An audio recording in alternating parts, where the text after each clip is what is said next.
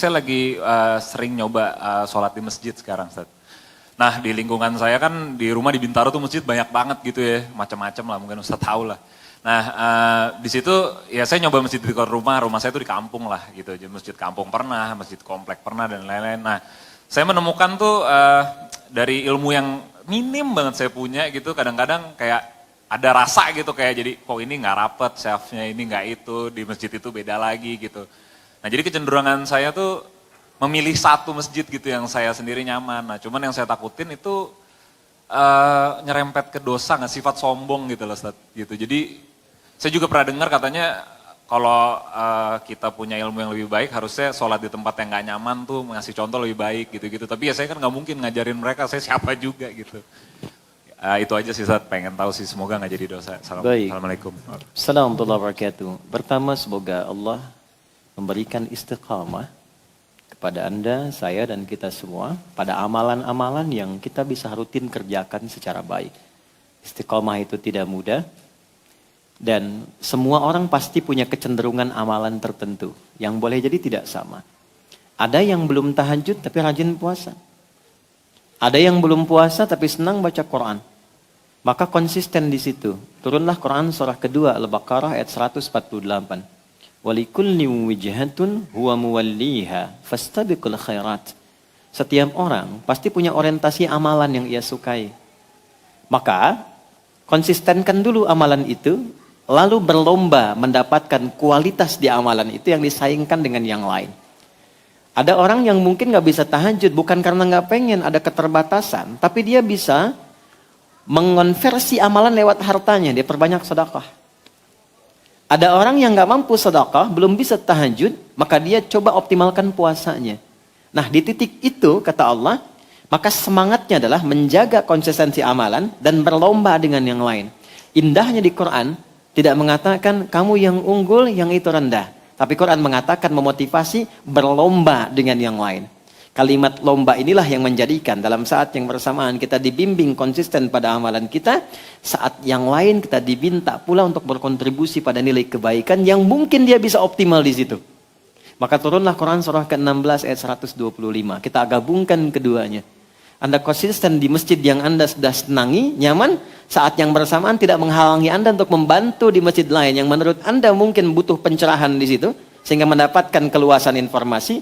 Anda tidak masuk dengan menyalahkan itu dulu, tapi Anda masuk untuk memberikan keluasan wawasan supaya mendapatkan pengetahuan. Mungkin feedbacknya mereka pun punya wawasan yang mungkin kita bisa dapatkan, ya kan? Baik, pernah kejadian saya baru pulang dari Tripoli, kemudian di satu kota, saya suka pindah tiap subuh masjid ini seperti Anda tadi lakukan. Saya pengen tahu masjid ini, pengen tahu masjid ini. Tiba-tiba saya datang ke satu masjid di komplek, kok orang kompleknya keluar dari situ? Yang sholat di situ terbatas. Begitu saya kemudian sholat, ada yang salah apa di masjid sehingga mereka pergi. Begitu saya tanya salah satu yang di luar, kenapa nggak sholat di situ Pak? Ah, itu bid'ah, kunut ada kunutnya katanya. Nah, ternyata persoalannya adalah persoalan wawasan, persoalan pengetahuan. Bukan karena kunut dan tidak kunut. Kan yang salah yang tidak sholat subuh. Ya kan? Yang jadi problem, ini belum tahu dalil kunut itu apa. Yang kunut pun belum tentu tahu yang tidak kunut dalilnya apa. Padahal masing-masing punya alasan. Maka Quran surah 16 ayat 125. Ud'u ila sabili rabbika bil hikmah. Wal mau'izatil hasanah wajadilhum billati hiya ahsan. Kata Quran, share wawasan dengan hikmah, dengan cara yang bijak. Jangan Anda yang datang memberi nasihat.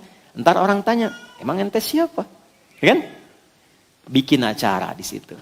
Ada ustadz kayaknya bagus deh. Boleh nggak Pak? Saya usulkan di sini ada pengajiannya. Nanti saya coba kontak ustadznya. Mungkin saya dan teman-teman nanti bisa support Pak acaranya. Mungkin ada wawasan yang bisa kita dapatkan. Ustadz yang menerangkan nanti temanya tentang keutamaan berjamaah, tentang merapatkan saf. Datangnya nggak dari Anda, itulah hikmah. Sehingga ketika nasihat masuk, wal mau'izatil hasanah, sudah tahu ilmu. Jadi ketika ada orang yang tidak rapat safnya, sudah pernah belajar, akhi, ayo sini, rapatkan safmu kawan itu, bro, sini. Sudah tahu ilmunya, itulah mau'izatil hasanah. Nggak ada perdebatan lagi, ya kan? Rapatkan, luruskan. Rapat. Dan itu juga ada jarak. Rapat itu bukan sepenuhnya rapat. Kata Nabi bukan rapat yang keras sehingga engkau mau bergerak susah. Bukan rapat begini juga ketika bergerak susah gitu, tidak. Normal aja, normal biasa. Ada jaraknya juga, ya. Ada yang mengatakan segenggam, ada yang mengatakan rapat tapi juga ada kemudahan. Itu ada hikmah di situ. Maka itu yang dimaksudkan. Jelas ya? Dan kalaupun ada diskusi, jangan diskusi dengan cara yang baik, kata Quran. Diskusi dengan cara yang terbaik. Senyum. Kan berbeda itu tidak harus melarang kita minum teh bersama kan? Assalamualaikum akhi, tar aja. Assalamualaikum, tar aja. Waalaikumsalam. Jelas ya? Allahu a'lam bishawab.